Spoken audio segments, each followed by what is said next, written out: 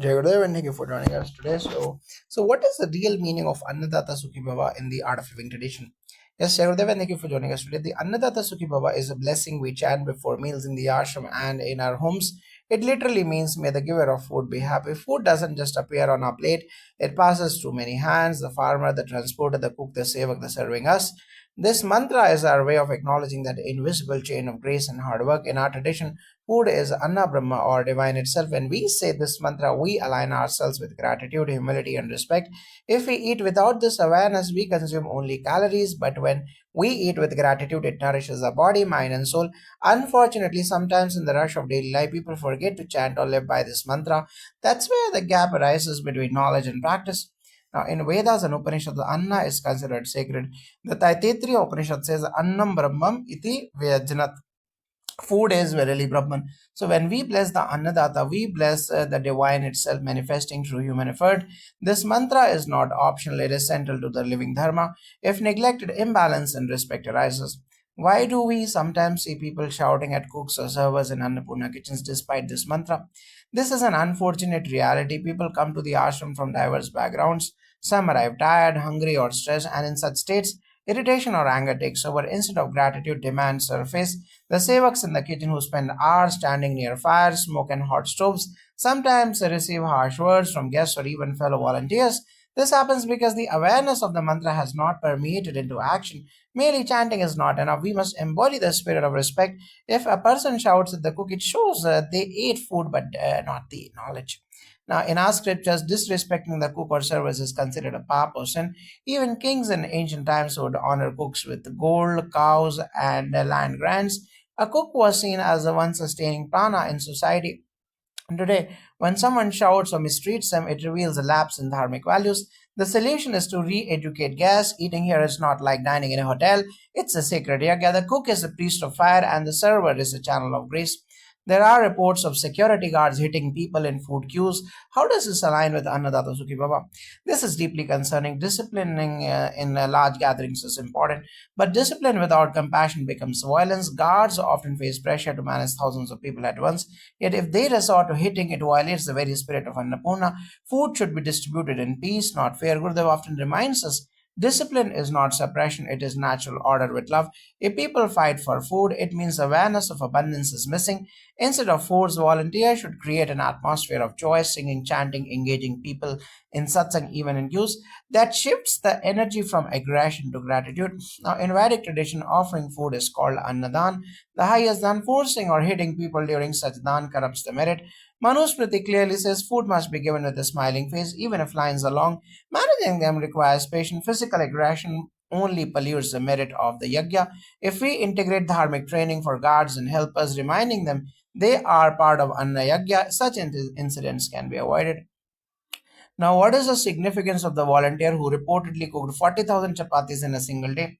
That seva is no less than tapasya. Imagine standing in front of fire for hours, rolling and baking continuously. This volunteer prepared 40,000 chapatis in one day and 12 lakh in a month.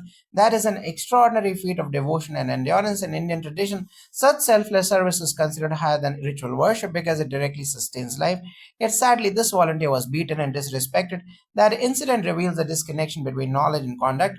On one hand, we chant Annadata Sukhi Bhava, but on the other, we fail to honor the one embodying that role. This contradiction must be addressed.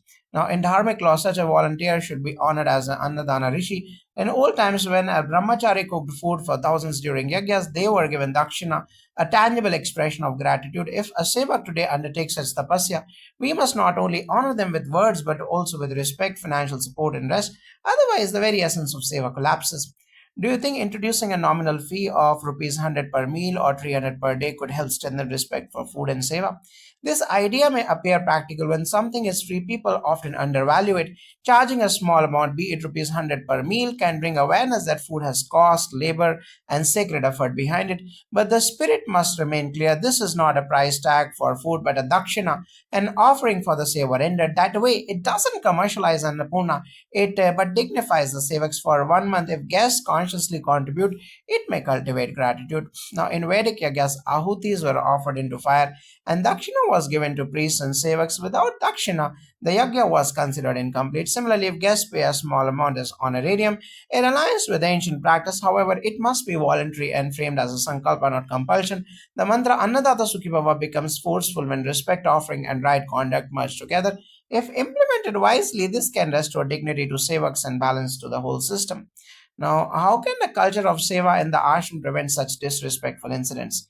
Jagadav, seva is the heart of the ashram. When people see seva as a spiritual practice, not duty, respect naturally arises. If we train guests and new volunteers that serving food is equal to performing a puja, they will approach the kitchen with reverence. Gurudev always says, seva is not what you do, but what you become while doing it. If both giver and receiver remember this, no space remains for anger or violence. Orientation sessions before meals, where sevaks remind everyone of the mantra, can create awareness. For example, a small announcement: this food is prepared with love by sevaks. Please receive it with gratitude.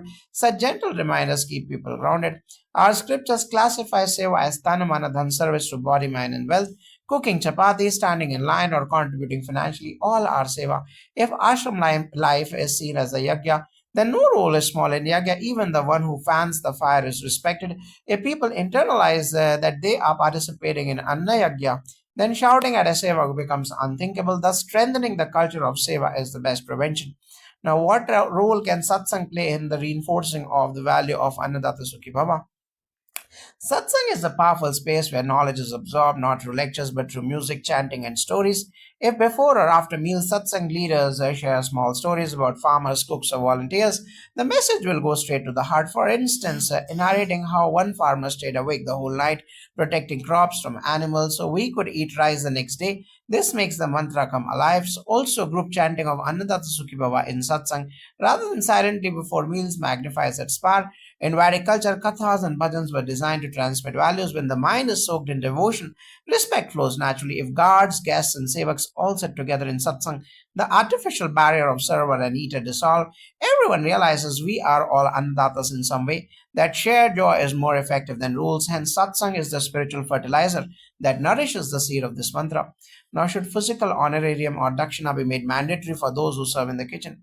Making it mandatory might distort the spirit of seva. Seva is about unconditional giving. If every cook or server expects money, seva turns into employment. However, a balance is needed. Just as priests receive dakshina after puja, sevaks who put extraordinary effort, like cooking lakhs of chapatis, should be honored with gifts, rest, and financial recognition. It should not be seen as payment but as gratitude. Perhaps a monthly system where all guests contribute into a seva gratitude fund can ensure sevaks are taken care of without making a transaction. Now, Dharma always balanced Nishkama Seva or selfless service with Dakshina. In Yagyas, even though rishis worked selflessly, kings provided them cows, land, or gold. That way, Seva did not become a burden. In today's ashram, if a volunteer gives day and night for cooking but receives only exhaustion and scolding, it breaks Dharma. Therefore, offering honorarium or Dakshina is not about money, it is about dharmic completeness. The key is balance, honor extraordinary Seva without diluting the culture of free service. Now, how do scriptures view food wastage in the context of Annadatas? The wasting food is considered one of the greatest insults to Annadatas. Every grain carries the sweat of farmers, the patience of cooks, and the grace of nature. Gurudev often says, take only what you can eat and eat fully what you have eaten and taken. In the ashram, when thousands are served, food wastage multiplies. If people waste even 10 grams, it becomes kilos collectively. That not only disrespects Annadatas but also blocks abundance in one's own life. To address this, sevaks must lovingly remind guests, please take little first. You can always come for more. In Shastras, food wastage is called pradushana or a pollution of food. It is said it to diminish the merit of yagya. Manusmriti prescribes that one must never throw away cooked food. If excess is left, it should be shared with animals, birds, or the poor. In Annapurna, this can be institutionalized waste bins separated for leftovers and announcements that highlight the sacredness of each grain. When people realize wastage is a dharma, they will be mindful. Now, can the concept of meal fees also serve as a sankalpa practice for guests? Yes, very much. If a guest decides for 1 month every meal I eat, I will consciously contribute rupees 100 as sankalpa. It transforms eating into sadhana. Each contribution becomes a prayer. May this food energize me to serve more. Sankalpa strengthens intention. When money is given with gratitude, it no longer feels like a transaction. It becomes an extension of mantra chanting. This practice may also reduce entitlement because guests will know they are co-participants in Anna Yagya. not just consumers. Now, in yagyas, each participant gave ahuti into the sacred fire as sankalpa. Similarly, contributing towards food as sankalpa aligns with dharmic tradition, but it must be done joyfully, not under pressure. Even those unable to contribute financially can offer extra seva.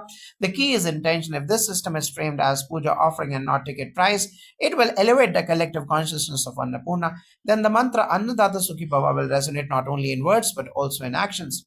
Now, how can the ashram guests be educated about the journey of food from farm to plate? Education is vital. Many guests come from cities where food comes pre-packaged and they never see the farmers struggle. Simple initiatives like short videos, posters, or talks in Annapurna can show the chain sowing seeds, waiting for rain, harvesting, transporting, cleaning, cooking, and serving. If people watch even a 5-minute documentary before meals, they will eat with a sense of reverence. Gurudev has always emphasized that awareness dissolves arrogance. When guests see that thousands of hands work for the food on their plate, gratitude naturally blossoms. In Vedic Gurukuls, children were taught to thank the five elements and the Annadatas before eating. Farmers were revered as rishis of the soil. Today, that connection is lost. By reintroducing this awareness in ashram culture, we re-establish the dharmic link. One simple ritual could be inviting farmers once a month to Annapurna to share their experience. When guests hear directly from them, they will think twice before wasting food or disrespecting cooks. Education is the bridge between knowledge and conduct. Now, can chanting the mantra collectively before every meal prevent conflicts in the food hall? Absolutely, chanting is not just words, it is an energy shift.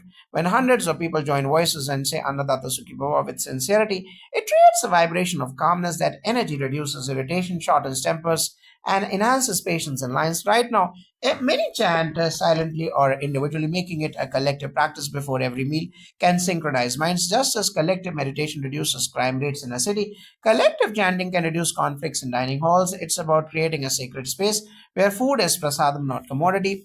Now, Vedic rituals always begins with mantras. Fire yagya starts with Shantipat. Meals begin with blessings. Journeys with a Mangal mantra. The idea is simple. Sound influences consciousness. When we chant together, we remind ourselves that food is a gift, not entitlement. Conflict arises when ego dominates. Collective mantra chanting dissolves ego and harmonizes the crowd. Even security guards, if included in chanting, will act with more compassion. This collective recitation is not a small ritual, it's a tool of a social order rooted in spirituality. Now, what lessons can modern society learn from the Annapurna model of Seva? Annapurna shows that food distribution can be run not just as logistics but as seva and sadhana.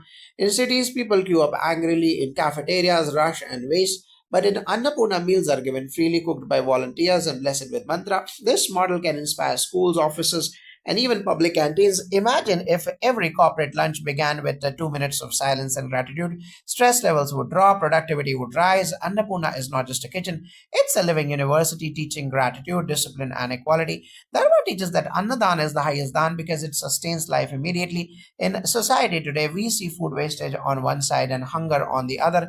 Annapurna demonstrates balance, abundance shared with reverence. Governments and NGOs can learn that food distribution must carry respect for cooks and servers, not just beneficiaries. The mantra Annadata Sukhi Bhava can become a social campaign. If implemented widely, society can transform from consumerism to gratitude-based living. Annapurna is a dharmic blueprint for the modern world.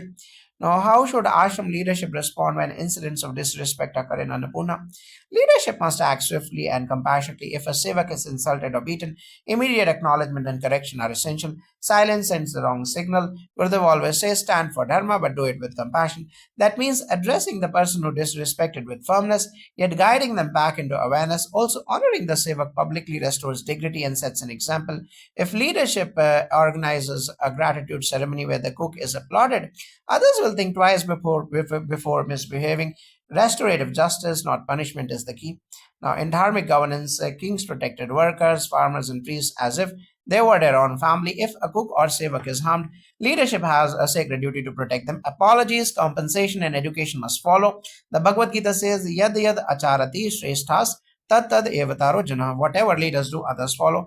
If leadership shows reverence to Annadatas, the culture will ripple downwards. If they ignore incidents, the sanctity of Annapurna collapses. Hence, leadership's response defines the collective dharma.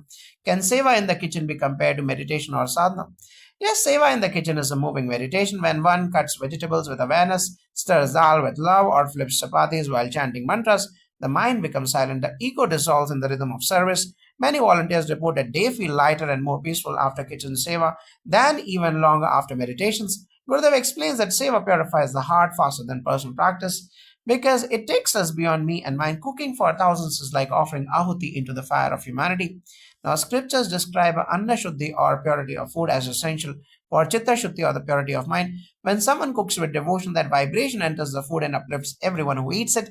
And kitchen seva is equal to a yagya, just as priests offer ghee into fire. Sevaks offer sweat and effort into the collective stomach of society. In this way, cooking is indeed meditation because it unites body, mind, and spirit in an act of devotion. Annapurna is not a kitchen, it is a temple of silent tapasya. Now, how can we ensure that guards and security staff embody the same spirit of seva as cooks and servers? Guards often see their role as only discipline and order, but if they are trained to see themselves as part of the Anna Yagya, their mindset shifts. Before duty, if they meditate for a few minutes, chant Annadata Sukhi Bhawa, and are reminded that their role is to protect the sanctity of food service, they will act with compassion. They are not mere controllers, they are facilitators of divine order. A smile, a kind word, or even a respectful gesture can manage crowds better than a stick. Guards must also be included in satsang and seva recognition events so they don't feel isolated. In Vedic yagyas, even the doorkeepers and fire tenders were honored with dakshina. Why? Because they maintained sacred order. Guards in Annapurna are no different. If they feel undervalued, frustration may lead to aggression, but if they are integrated into the dharmic framework as Annadatas themselves, they will naturally act with dignity. Simple rituals like making them part of meal blessing ceremonies, giving them a plate of food first after seva, or acknowledging them in gatherings can ensure they embody seva rather than authority. Now, what is the role of gratitude practices in sustaining the Annapurna culture? Gratitude is the invisible fuel of Annapurna. Without gratitude, food service becomes mechanical. Simple practices can reinforce it. For example, before meals, each person silently recalling one Annadata they never see, the farmer, the truck driver, the sweeper, or the cook. This inner remembrance transforms eating into meditation. Gurudev has said, gratitude is the most beautiful flower of human consciousness. When gratitude is alive, there is no space for shouting, fighting, or disrespect. Regular gratitude circles among sevaks where they thank each other also keep morale high. Now, in dharmic tradition, gratitude or kritagyata is a duty. The Rig Veda proclaims, we have drunk kasoma, we are indebted to gods, rishis, ancestors, and society. Food is part of that debt repayment. By consciously remembering our indebtedness before meals, we align with dharma practical tools like gratitude boards in dining halls where people can write a note for cooks. Bring this practice to life. Gratitude sustains not just Annapurna, but also the inner Annapurna within us. How can honoring the cook who made 40,000 chapatis inspire future volunteers? Recognition inspires replication. If the volunteer who made 40,000 chapatis is honored publicly with Gurudev's blessing, a shawl, or a simple felicitation, it shows others that seva is valued. Too often, volunteers give silently and vanish without acknowledgement. While seva should be unconditional, appreciation fuels joy. When future volunteers see that such tapasya is not ignored, they too feel step forward with enthusiasm. Honor does not weaken selflessness, it strengthens community spirit. Now, in ancient yagyas, after the rituals ended, a dakshina samarpana was performed where each contributor was acknowledged. The record of their names was kept in text so their merit multiplied. If Annapurna similarly documents and celebrates extraordinary seva, it creates a tradition of respect. Imagine a wall of honor in the kitchen displaying names of volunteers who went beyond duty that becomes a modern inscription of dharma. Honoring one cook today will inspire 1,000 tomorrow. Now, what practical steps can reduce wastage and chaos in large crowds during meal times? First is education, reminding people to take small portions. Second, logistics, serving in smaller batches instead of piling plates. Third, atmosphere, satsang buttons or even soothing background chants in the dining area calms the mind.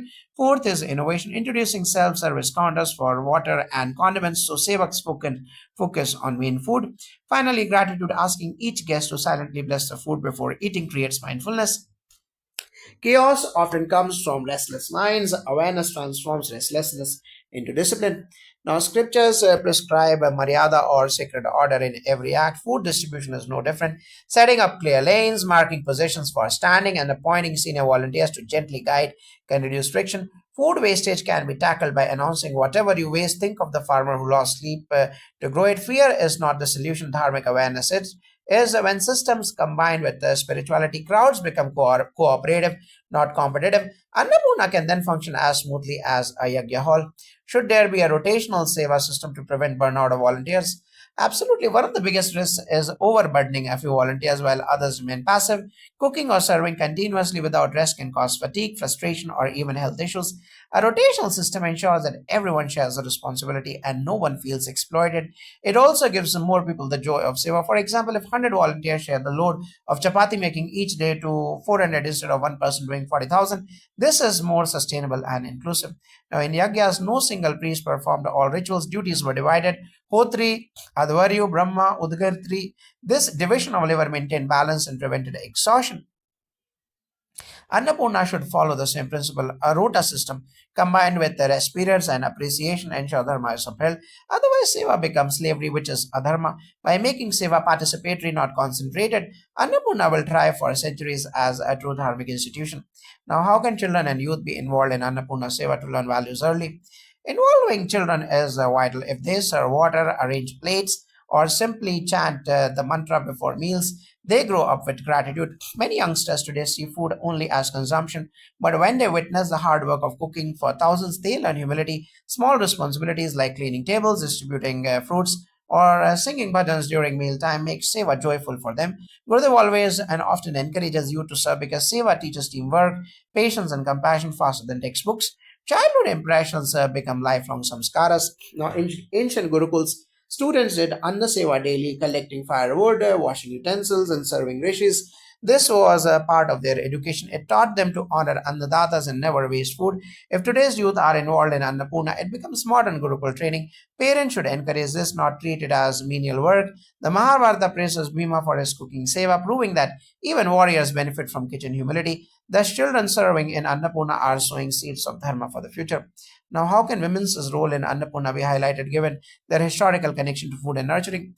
Women are natural carriers of Annapurna energy. In Indian households, mothers are often the first Annadatas in the ashram kitchen. Women volunteers bring both efficiency and nurturing vibrations, highlighting their role through stories, honoring ceremonies, or leadership positions in the kitchen, acknowledges their contribution. It also inspires other women to come forward. Food carries energy, and when cooked with maternal love, it nourishes deeper. Gurudev often says the mother's food is healing medicine. Honoring that tradition keeps Annapurna alive. Now, goddess Annapurna herself symbolizes Shakti, the giver of food. Temples dedicated to her depict her offering alms to Lord Shiva, showing that even the divine requires food for sustenance. Women thus embody this divine role in society. In yagyas, patnis or wives were always present because their energy completed the ritual. Similarly, in Annapurna, women are indispensable. Recognizing them formally through festivals, gratitude rituals, or special seva acknowledgements restores the dharmic balance and honors the goddess within every woman, cook, or servant. Now, what message does the Bhagavad Gita give regarding food and service? The Bhagavad Gita teaches that food offered without gratitude is tamasic, while food prepared and eaten in the spirit of yajna becomes sattvic. Krishna says, Yajna sishta ashina santo muchyante sarva kil vishayit. Those who partake of food as a yajna are freed from all sins. This verse perfectly aligns with Annapurna. Cooking, serving, and eating are not separate acts, but one yajna. If each plate served is seen as a prasadam, the dining hall becomes a temple. The Gita also warns against overeating and indulgence, teaching moderation and respect for food. The Gita classified food into three categories: sattvic, rajasic, and tamasic. Food served in Annapurna is sattvic by design, prepared with purity and devotion. Krishna's emphasis on intention is critical. Even the simplest food, if offered with love, becomes divine. The act of giving and receiving food is dharma itself. Thus, Annapurna is a living embodiment of Gita's teachings. Every chapati served there is not just bread, it is a yajna prasada. Guests who remember this will never dishonor Annadatas. Now, can Annapurna be seen as a modern yajna where food is the oblation? Yes, absolutely. A yajna is not only fire sacrifices. It is any act of collective offering done with sacredness in Annapurna. The fire is the stove, the offering is the food, and the recipients are thousands of seekers. Just as ghee is poured into fire with mantras, chapatis are placed on plates with blessings. The kitchen becomes the yajna, kunda, the sevaks are the ritviks of the priests. This devotion elevates the whole process from routine to sacred ritual. If everyone, the cook, server, eater, remember this, conflicts dissolve and harmony reigns. Now, the Vedas define yajna as a samashtikarna, collective action for a higher purpose. Annapurna is a yajna where the sankalpa is nourishment for seekers. In yagyas, everyone participates chanting mantras, making offerings, distributing prasada. Similarly, in Annapurna, each person has a role. Seeing it as yagya transforms even mundane acts like washing dishes into sacred duties. Thus, Annapurna is not just a kitchen, it is one of the largest living yagyas in modern times. Now, how do we balance discipline with compassion during meal distribution? Discipline ensures order, but compassion ensures dignity. In large gatherings, rules are necessary cues, portion sizes, timing, but rules must be wrapped in kindness. A sevak can say, please take less first. We will serve more later instead of scolding. Smiles, folded hands, and patience create an atmosphere of respect. Gurudev often says, discipline without love becomes suppression. Love without discipline becomes chaos. Together they create harmony. Annapurna must embody both. Now, in dharmic terms, discipline is Maryada. Without Maryada, even yagyas collapse, but Maryada was always upheld with karuna or compassion. If someone broke a rule, priests corrected them gently, never with violence. Annapurna should adopt the same principle, training sevaks and guards to act as guides, not enforcers. Will balance discipline with compassion. This way, the dining hall remains an extension of satsang, not a battlefield of tempers. Now, how does Gurudev Sri Sri Ravi Shankar view Annapurna Seva in the larger vision of art of living? For Gurudeva, Annapurna is not just about feeding the body but uplifting the spirit. He often says that Seva, Satsang, and Sadhana go together. If a seeker is hungry, they cannot meditate deeply. Thus, Annapurna ensures the body is supported so the mind can soar. Gurudev also emphasizes that cooking and serving should be done in a meditative, joyful state. Only then the food carries high vibrations. In his larger vision, Annapurna is a training ground for selflessness, humility, and teamwork.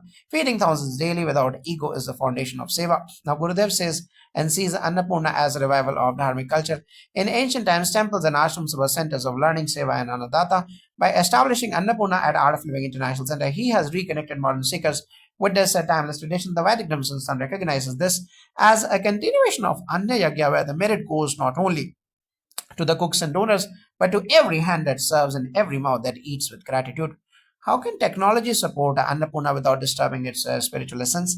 Technology, if used wisely, can make Annapurna more efficient without diluting devotion. For example, automated chapati machines save time, but sevaks can still chant mantras while operating them. Mobile apps can coordinate volunteer schedules, donations, and inventory, ensuring smooth management. The key is not letting machines replace human warmth. Food must still be touched by loving hands, even if partially automated. Technology should serve devotion, not the other way around.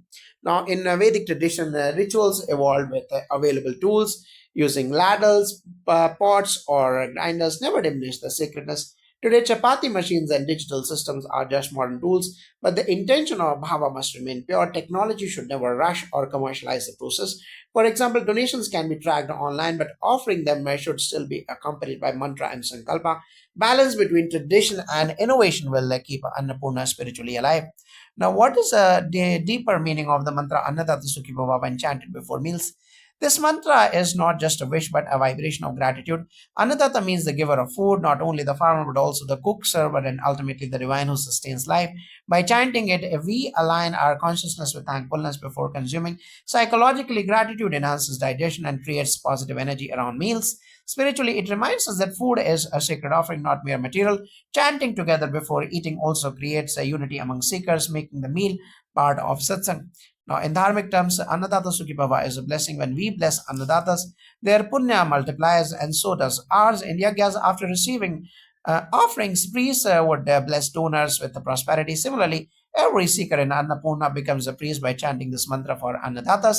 It ensures the cycle of giving and receiving continues harmoniously. Without gratitude, food becomes tamasic. With this blessing, even simple rice and dal become divine prasada.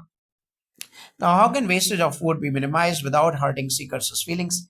Food wastage is a sensitive issue. The best approach is education, not enforcement. Before meals, announcements can remind people take only what you can eat. Annapurna will always serve more. Sevaks can serve smaller initial portions and offer refills.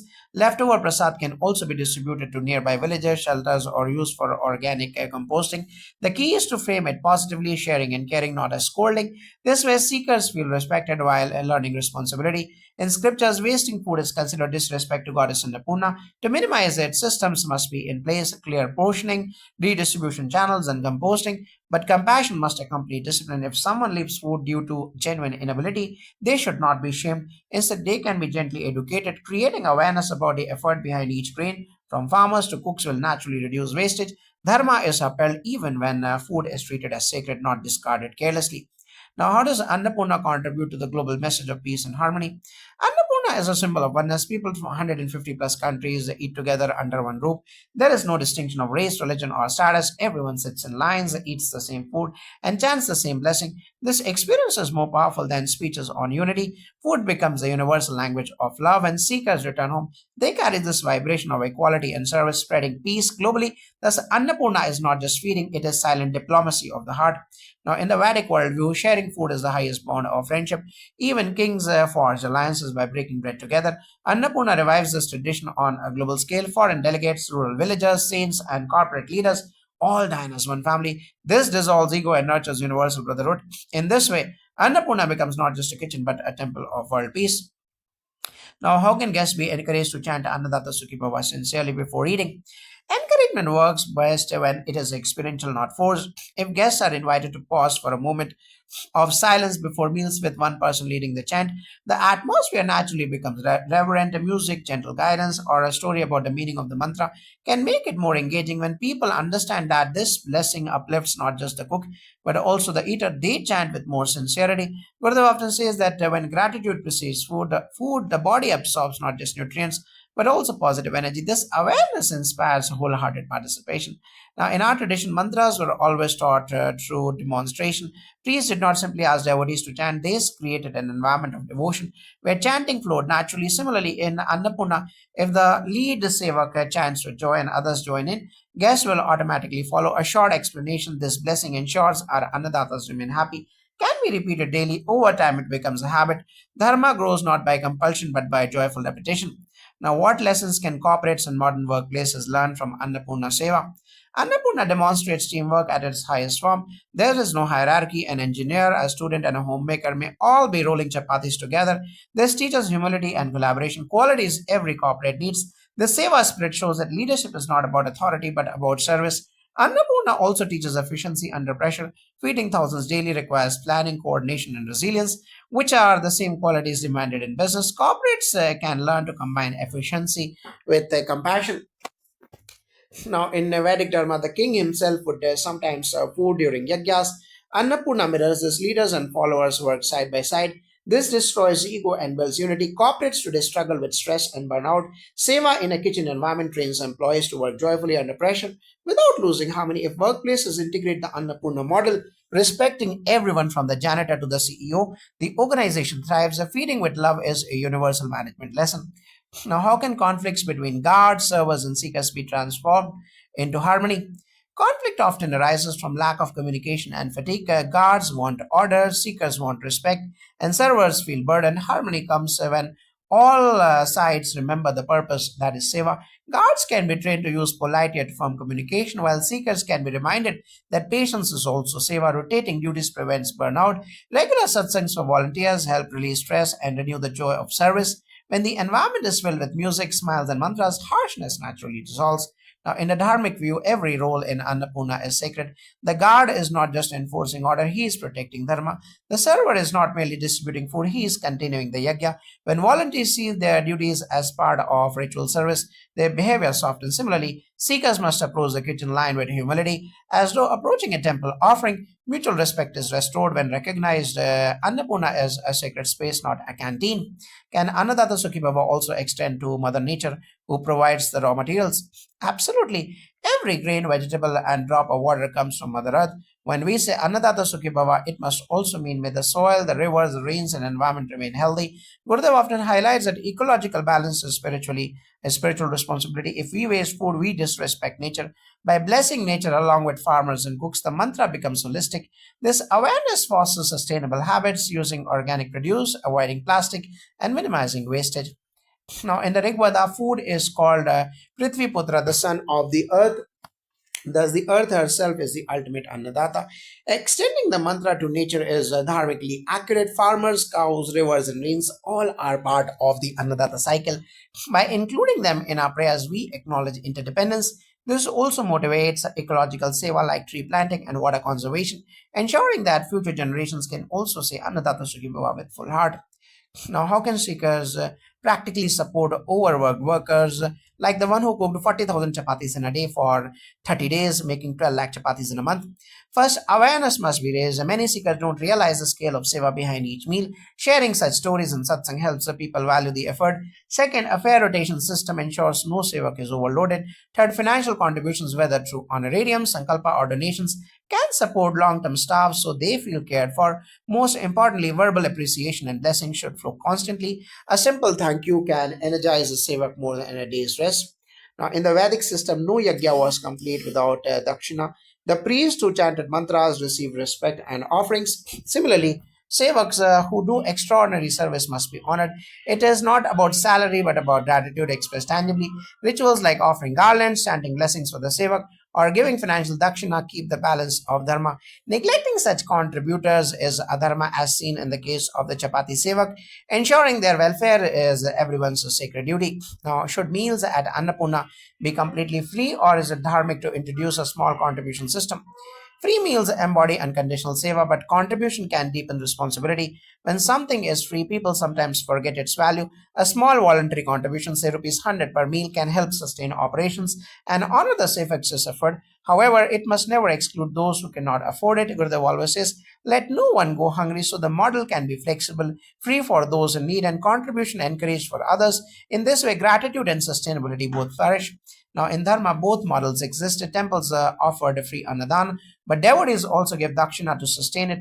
The essence is balance or bhiksha or alms for the needy, yagya dakshina for the capable. Introducing a contribution is not commercialization, it is sanctification. If every seeker contributes according to capacity, it's like ghee being offered into yagya. The sacred fire of Annapurna will burn brighter and sevaks will feel supported. Now, how can Annapurna serve as a model for addressing world hunger?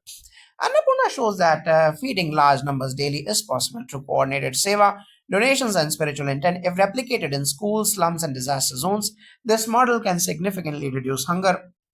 The uniqueness lies in its combination of efficiency and spirituality. Food is not just distributed but blessed, uplifting both giver and receiver. If governments and NGOs adopt this approach with love and respect infused in the process, world hunger can be addressed in a more holistic manner.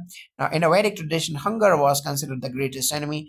Annam hi prana. Annapurna proves that communities can self organize to eradicate it. Unlike mere charity, this system builds dignity and unity. If every city creates an Annapurna style kitchen supported by local devotees and dharmic institutions, hunger will disappear. The mantra Annadata Sukhi Bhawa can become a global prayer, inspiring both food security and spiritual brotherhood. Now, how does Annapurna balance quantity with quality and feeding thousands daily? Yes, Jagurudev, quantity alone is not enough. The food must be nourishing and sattvic. Annapurna carefully balances both by planning menus with nutrition in mind. Rice, dal, vegetables, chapatis, and occasional sweets. Large-scale cooking could risk quality, but constant tasting, rotation of sevaks, and devotion ensure consistency. Gurudev emphasizes that food should be light, fresh, and easy to digest, especially since seekers meditate and do kriya after meals. Thus, Annapurna is not just mass feeding, it is mindful eating and feeding. Now, in yagyas, offerings were abundant but always sattvic, ghee, grains, fruits. Annapurna follows the same principle. Scale does not mean compromise. The mantra and bhava infused during cooking preserve purity. Even if cooked in a massive vessels, food retains sanctity because sevaks chant while stirring. This blend of scale and sanctity makes Annapurna unique. It teaches that dharmic abundance is possible without losing quality. Now, what role does discipline play in maintaining harmony in Annapurna kitchens? Discipline ensures a smooth flow with thousands to feed, lines, timings, and portions must be managed strictly, but discipline must be compassionate, not authoritarian. When sevaks explain the reason behind rules with a smile, people follow happily. Discipline also includes cleanliness, hygiene, and silence during certain times. Gurudev says discipline is not restriction but protection. In Annapurna, discipline protects the sanctity of the seva and prevents chaos. Now, dharma itself is discipline. Dharayati iti dharma, that which upholds is dharma. In kitchens, this means washing hands, reciting mantras, avoiding wastage, and following sequence in serving. Guards and coordinators embody this dharma. But if discipline becomes harsh, it loses its dharmic essence. Therefore, discipline must be infused with respect, like a priest guiding devotees during rituals. Then seekers see order as a sacred, not oppressive. Now, how can young volunteers be motivated to take up kitchen seva joyfully. Youth often see kitchen work as tiring or boring. The key is to present it as a spiritual adventure. Sharing stories like the Sevak who made 40,000 chapatis can inspire them.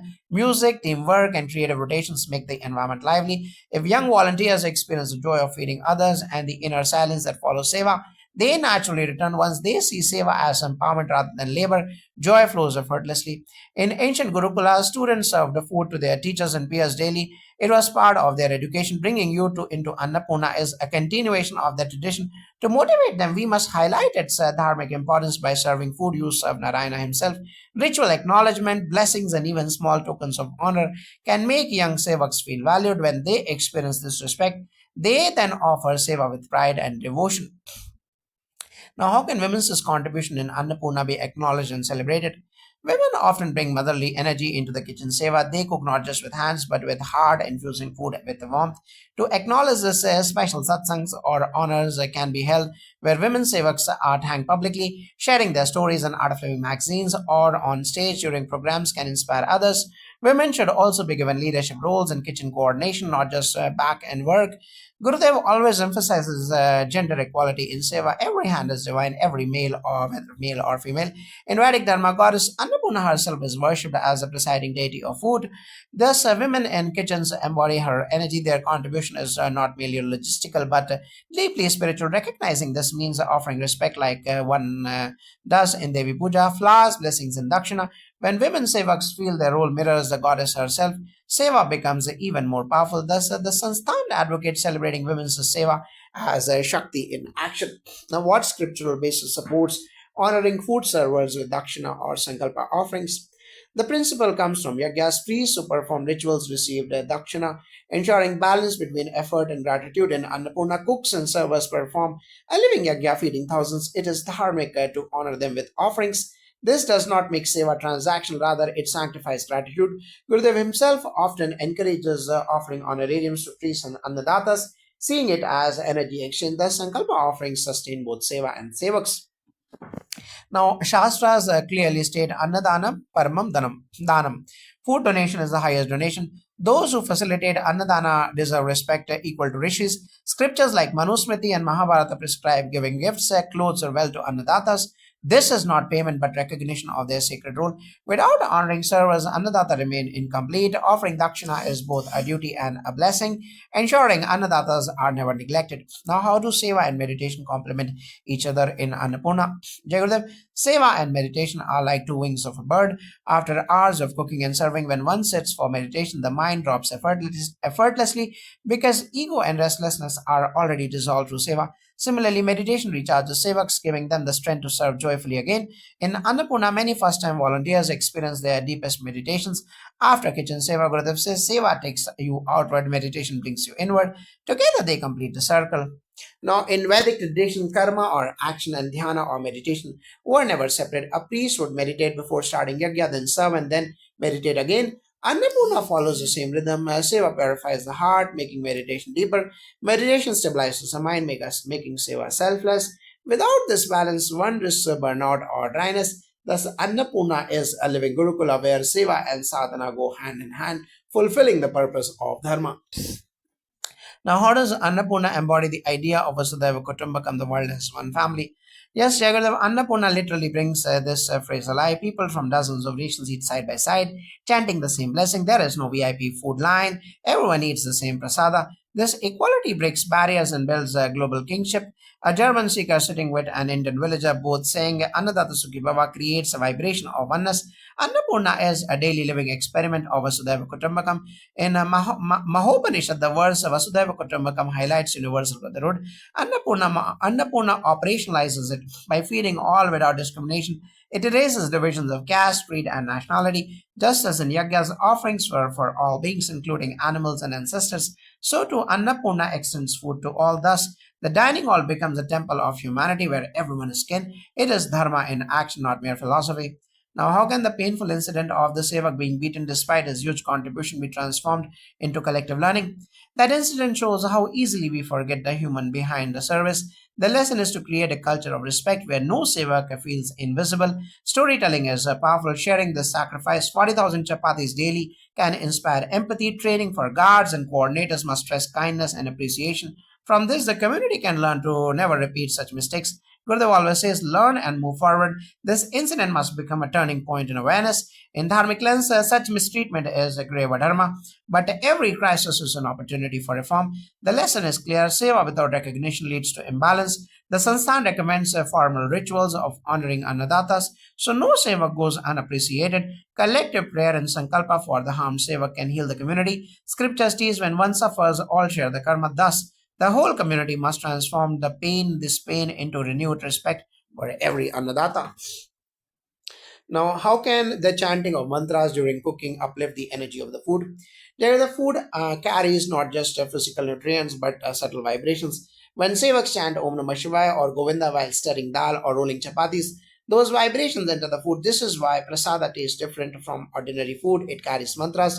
Gurudev emphasizes this again and again. The cook's state of mind impacts the eater's mind. A calm devotional cook produces sattvic, energizing meals. In Annapurna, group chanting before cooking harmonizes sevaks, ensuring every dish radiates love. Now, in Vedic yajnas, priests chanted while offering ghee and grains into the fire, believing sound sanctifies matter. Cooking in Annapurna is also yajna, fire, offering, and mantra come together. The sound of mantras purify the space, prevents tamasic vibrations, and invokes devas of food and health.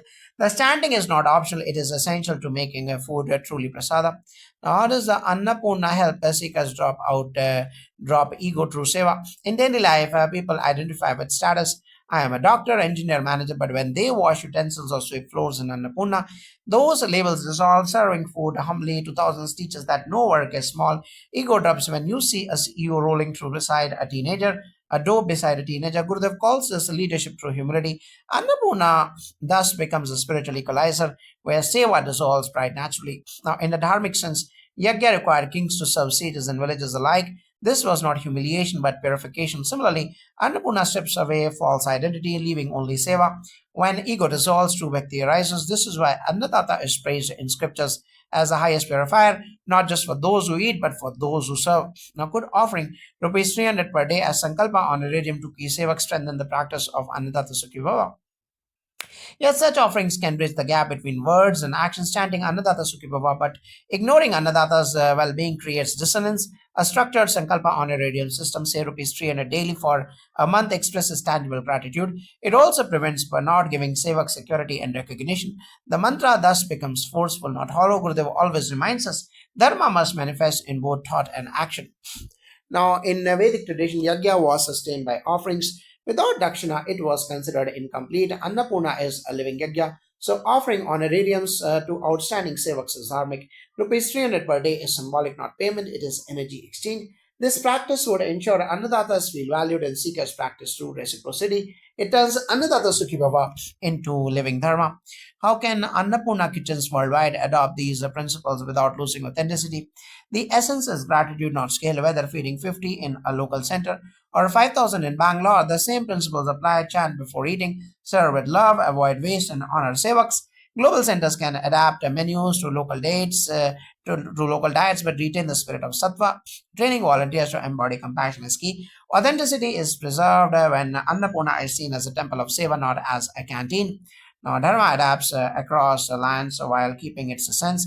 In the West, bread may replace chapati, but mantras and gratitude remain. The Sansthan encourages every Annapurna, big or small, to uphold core rituals.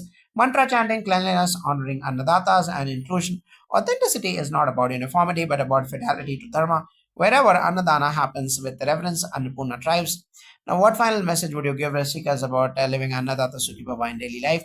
Let this mantra not remain only in Annapurna. Whenever and wherever you eat at home, school, office, or restaurant, silently bless the farmer, the cook, and the server. Waste less and share more and eat mindfully. If every seeker lives this way, the vibration of gratitude will spread worldwide. Food will no longer be consumption but celebration. As Gurudev says, gratitude is the key to abundance. My message is see food as divine, Annadatas as gods, and eating as a sacred act. Let Annadata Sukhi Bhava by respecting food, serving others, and supporting those who cook. Make every meal an offering, every morsel a prayer. In this lies the essence of Dharma. When Annadatas are happy, society prospers, and the world truly becomes one family. Each other.